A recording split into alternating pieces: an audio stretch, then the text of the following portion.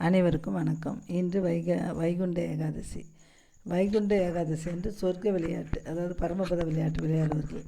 இது ஏன் தெரியுமா? பரமபதத்திற்கு செல்ல ஒரு ஏணி உள்ளது. இதில் விவேகம், நிர்வேதம், விரக்தி, விதி, பிரசாதஹேது, உக்கிரமரணம், அர்ச்சிராத்திரி, திவ்ய தேச பிராப்தி ஆகிய 9 படிகள் உள்ளன.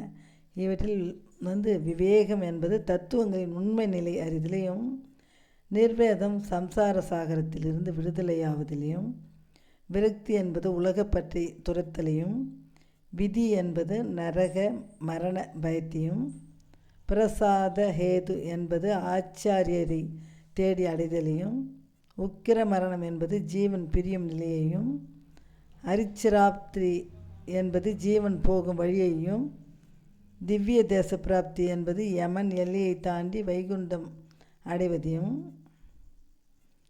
பிராப்தி என்பது பரமபதத்தில் பரமாத்மாவோடு ஐக்கியம் ஆதலையும் குறிக்கிறது.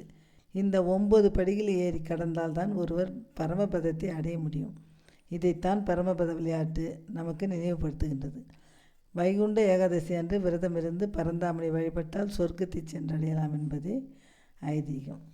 நாமும் வைகுண்ட ஏகாதசி விரதமிருந்து பரமபதம் விளையாடி இறைவனடியை சேருவோம்.